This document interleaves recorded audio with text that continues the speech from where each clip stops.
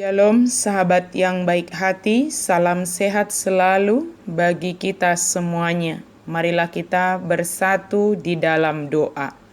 Allah Bapa dalam Yesus Kristus, terima kasih Tuhan untuk segala kebaikan-Mu. Saat ini kami mau merenungkan firman Tuhan. Tolonglah kami Tuhan di saat kami merenungkan firman-Mu, sehingga dengan perkenanan-Mu kami dimampukan di dalam merenungkan dan dimampukan di dalam melakukan firman Tuhan. Amin.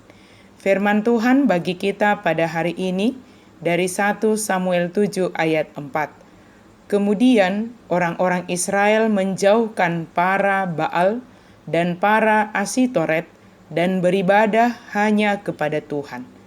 Jadi dipaholang halak Israel ma'akka Baal, dohot Astarot, jala sasada Jehovah dioloi nasida. Beribadah hanya kepada Tuhan. Apa yang kita alami bisa saja adalah sebagai alat Tuhan menunjukkan kuasanya atas dunia ini. Tetapi bisa juga penyebabnya adalah karena kesalahan yang kita lakukan sendiri sehingga kita harus mengalami penderitaan. Sebagaimana halnya yang dihadapi orang Israel.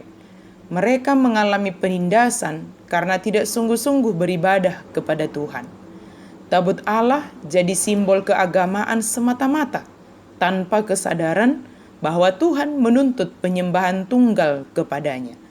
1 Samuel 7 menunjukkan bagaimana mereka sebenarnya masih menyembah dewa-dewa Kanaan. Itulah sebabnya keluhan Israel atas penindasan Filistin dijawab Samuel dengan ajakan pertobatan. Bukti bahwa Israel bertobat ialah mereka meninggalkan semua ilah asing dan mengikrarkan loyalitas tunggal kepada Tuhan. Tuhan menerima persembahan kurban mereka dan memenangkan peperangan mereka melawan Filistin. Sebagai pengakuan bahwa memang Tuhanlah yang telah membela umatnya dari Filistin, Samuel pun mendirikan tugu yang dinamainya Ebenezer. Kemenangan yang Allah berikan kepada umatnya sungguh tuntas. Dari kisah ini kita belajar dua hal. Pertama, saat masalah menerpa kita harus memeriksa diri dengan jujur. Kalau ada dosa yang harus diakui, bertobat, lalu menjalani hidup baru dengan setia melakukan kehendak Tuhan. Pertobatan adalah cara terbaik mengalami pemulihan, berkat, dan bahkan kemenangan. Pertobatan sejati juga ditunjukkan dengan hanya menyembah kepada Tuhan.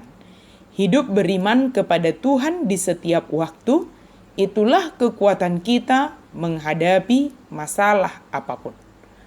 Kedua, dari kehidupan Samuel kita belajar menemukan bahwa Tuhan memberkati pekerjaan, bahkan pergumulan hambanya.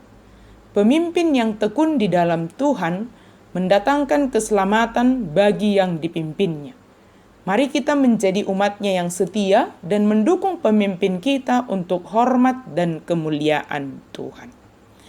Sahabat yang diberkati Tuhan, sehebat apapun tawaran kemudahan dan keberhasilan oleh dunia ini, jika itu sampai melanggar apa yang ditetapkan Tuhan, janganlah pernah tunduk kepadanya. Janganlah pernah menduakan Tuhan hanya karena dunia ini. Setialah beribadah hanya kepada Tuhan saja. Dalam kesetiaan kita kepada Tuhan, beribadah hanya kepada Tuhan saja, maka kita akan merasakan bagaimana Tuhan memenangkan kita di dalam semua pergumulan yang sedang kita hadapi.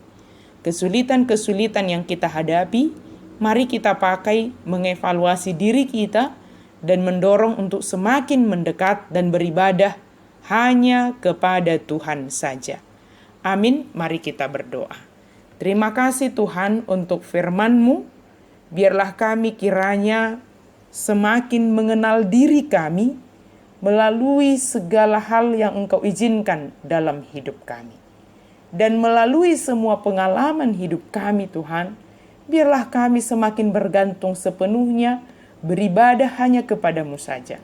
Ampuni kesalahan kami Tuhan, jika kami tergoda menduakan, jika kami tergoda mengandalkan kuasa duniawi, jika kami tergoda mengandalkan apa yang ada pada kami, yaitu kekuatan atau kuasa atau harta kekayaan. Biarlah kami sepenuhnya beribadah kepadamu saja dan mengandalkan kasih Tuhan di dalam hidup kami. Dalam nama Yesus kami berdoa dan bersyukur. Amin.